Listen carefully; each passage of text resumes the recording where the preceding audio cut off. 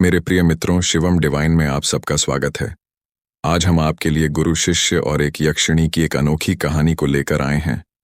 प्राचीन समय की बात है। एक महान गुरु थे जो अपने ज्ञान और तपस्या के लिए प्रसिद्ध थे। उनके अनेक शिष्य थे, लेकिन उनमें से एक बहुत भोला और सरल था। वह गुरु की हर बात को बिना किसी संदेह के मानता था। एक दिन गुरु ने अपने शिष्य को बुलाया और कहा, बेटा, अब तुम्हें एक कठिन परीक्षा से गुजरना होगा। पास के घने जंगल में एक रहस्यमयी गुफा है, जहां एक यक्षिणी रहती है।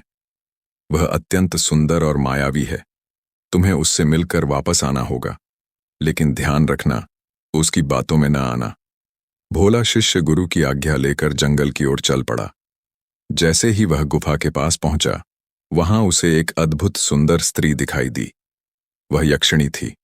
उसने मुस्कुराकर शिष्य से कहा, ओ प्रिय यात्री, तुम कौन हो और यहां क्यों आए हो? भोले शिष्य ने सच सच बता दिया कि वह अपने गुरु के कहने पर आया है। यक्षिणी हंस पड़ी और बोली, अगर तुम मेरे 3 प्रश्नों का उत्तर दे दो तो मैं तुम्हें एक अनमोल वरदान दूंगी। शिष्य को गुरु की बात याद थी कि यक्षिणी की बातों में नहीं आना, लेकिन वह अत्यंत सरल स्वभाव का था, इसलिए तुरंत तैयार हो गया। यक्षिणी ने पहला प्रश्न पूछा, संसार में सबसे मूल्यवान चीज क्या है? शिष्य ने सोचा और बोला, गुरु का ज्ञान। यक्षिणी ने सिर हिलाया और दूसरा प्रश्न पूछा, मनुष्य को सबसे अधिक क्या बांधता है? शिष्य बोला, मोह और अहंकार। यक्षिणी मुस्कुराई और तीसरा प्रश्न पूछा, यदि तुम्हें अमर होने का अवसर मिले तो क्या तुम स्वीकार करोगे? भोले शिष्य ने तुरंत कहा, नहीं, क्योंकि मेरा कर्तव्य है कि मैं अपने गुरु की आज्ञा मानूं और जीवन में वही करूं जो उचित हो। यक्षिणी चकित रह गई। उसने शिष्य की परीक्षा ली थी, लेकिन वह सच्चे मन से अपने गुरु के प्रति समर्पित था। यक्षिणी ने प्रसन्न होकर आशीर्वाद दिया, तुम्हारी भक्ति और सच्चाई देखकर मैं अत्यंत प्रसन्न हूं। तुम जीवन में महान ज्ञानी बनोगे। शिष्य खुशी खुशी गुरु के पास लौट आया और सारी घटना सुनाई।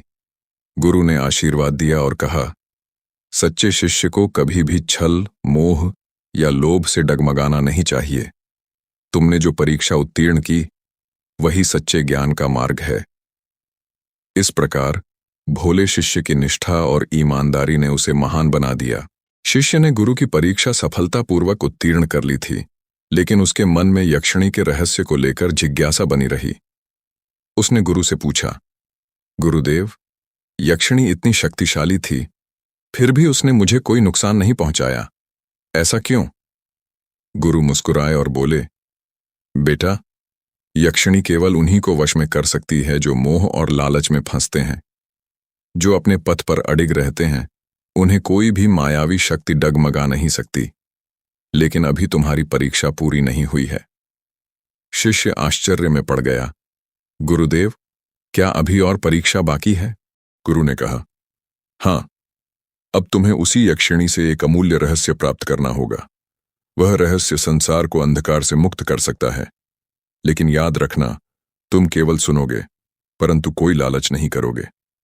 शिष्य दोबारा जंगल की ओर चल पड़ा और गुफा के पास पहुंचा। इस बार यक्षिणी पहले से भी अधिक चमक रही थी।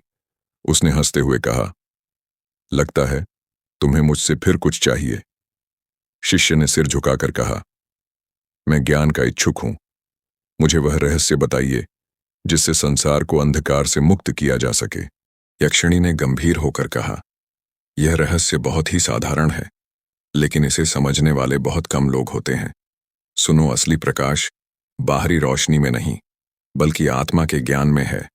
जब मनुष्य अपने भीतर के अज्ञान को मिटा देता है, तभी वह सच्चे प्रकाश को देख सकता है।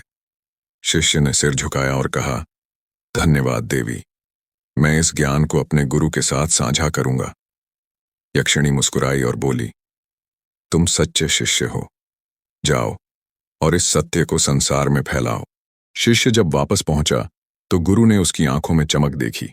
उन्होंने कहा, अब तुम समझ गए कि सच्चा ज्ञान बाहरी दुनिया में नहीं, बल्कि आत्मा की गहराइयों में है। शिष्य ने सिर झुकाकर कहा, हाँ गुरुदेव, अब मैं समझ गया कि सच्चा प्रकाश केवल ज्ञान से ही प्राप्त किया जा सकता है। गुरु ने आशीर्वाद दिया और कहा, अब तुम अपने जीवन का उद्देश्य समझ चुके हो। जाओ और लोगों को भी इस सत्य का ज्ञान कराओ। सच्चा ज्ञान बाहरी चीजों में नहीं, बल्कि आत्मा के अंदर होता है। इच्छाओं और लालच से दूर रहकर ही सच्चे ज्ञान की प्राप्ति होती है।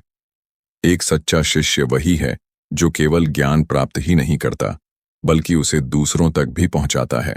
इस प्रकार भोला शिष्य केवल अपने गुरु का प्रिय नहीं, बल्कि एक ज्ञानी संत बन गया, जिसने लोगों को सच्चे प्रकाश की ओर मार्गदर्शन दिया। अब वह भोला शिष्य केवल एक साधारण शिष्य नहीं रहा था। वह ज्ञान की गहराइयों को समझने लगा था। लेकिन उसकी यात्रा यहीं समाप्त नहीं हुई। गुरु ने उसे एक अंतिम कार्य सौंपा। गुरु ने कहा, अब जब तुमने यक्षिणी से ज्ञान प्राप्त कर लिया है, तो तुम्हें यह भी समझना होगा कि इस ज्ञान का प्रयोग कैसे करना चाहिए। याद रखना, ज्ञान केवल अपने लिए नहीं होता, बल्कि उसे दूसरों के कल्याण के लिए बांटना ही सच्ची सेवा है। जाओ और संसार में प्रकाश फैलाओ। शिष्य जंगल से निकलकर एक गांव पहुंचा। वहां लोग अंधविश्वास, भय और लालच में फंसे हुए थे। वे किसी मायावी तांत्रिक के जाल में उलझे थे, जो उनसे कहता था कि केवल उसके उपायों से वे सुखी हो सकते हैं। शिष्य ने गांव वालों से कहा, असली शक्ति किसी बाहरी वस्तु में नहीं, बल्कि आपके भीतर के ज्ञान में है।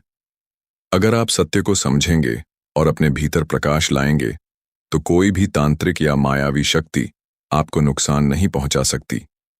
लोगों को पहले उस पर विश्वास नहीं हुआ, लेकिन जब उसने उन्हें यक्षिणी का दिया हुआ ज्ञान समझाया, तो धीरे धीरे वे जागरूक होने लगे। तांत्रिक क्रोधित हुआ और बोला, अगर तुम इतने ज्ञानी हो तो मेरे जादू से बचकर दिखाओ। शिष्य मुस्कुराया और बोला, ज्ञान का कोई भी जादू पर प्रभाव नहीं पड़ता। मैं तुम्हारी किसी भी चाल में नहीं फंसूंगा। तांत्रिक ने अनेक मंत्रों और तंत्रों का प्रयोग किया, लेकिन भोले शिष्य का मन अडिग रहा। जब तांत्रिक की कोई भी चाल सफल नहीं हुई, तो गांव वालों को समझ आ गया कि सच्ची शक्ति ज्ञान और आत्मविश्वास में है, न कि बाहरी कर्मकांडों में। शिष्य ने गांव में सत्य और ज्ञान का प्रचार किया और फिर गुरु के पास वापस लौटा। उसने पूरी घटना सुनाई। गुरु ने प्रसन्न होकर कहा, अब तुम केवल एक शिष्य नहीं, बल्कि एक सच्चे ज्ञानी हो। तुमने ज्ञान को केवल अपने लिए नहीं रखा, बल्कि लोगों को भी उसका लाभ पहुंचाया। यही एक सच्चे साधक की पहचान है। इसके बाद वह भोला शिष्य एक महान गुरु बना और उसने जीवन भर लोगों को अज्ञान, भय और अंधविश्वास से मुक्त करने का कार्य किया।